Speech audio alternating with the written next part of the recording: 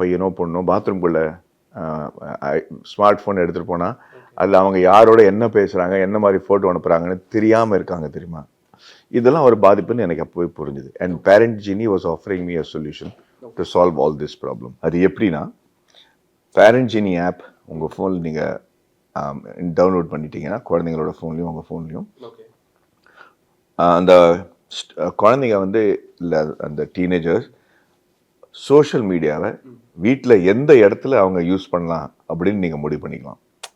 Okay, whether in hall or bedroom, whether dining ரூம்ல இல்ல ஹால்லையா இல்ல, ஏன்னா அவங்க பெட்ரூம்ல நீங்க அலோவ் பண்ணக்கூடாது, பாத்ரூம்ல அலோவ் பண்ணக்கூடாது. அந்த மாதிரி சில விஷயங்கள் இருந்துச்சுன்னா ஓகே அப்பா அம்மா இருக்கிற இடத்துல அவங்க வந்து யூஸ் பண்ணிக்கலாம் அப்படின்னு நீங்க அலோவ் பண்ணலாம்.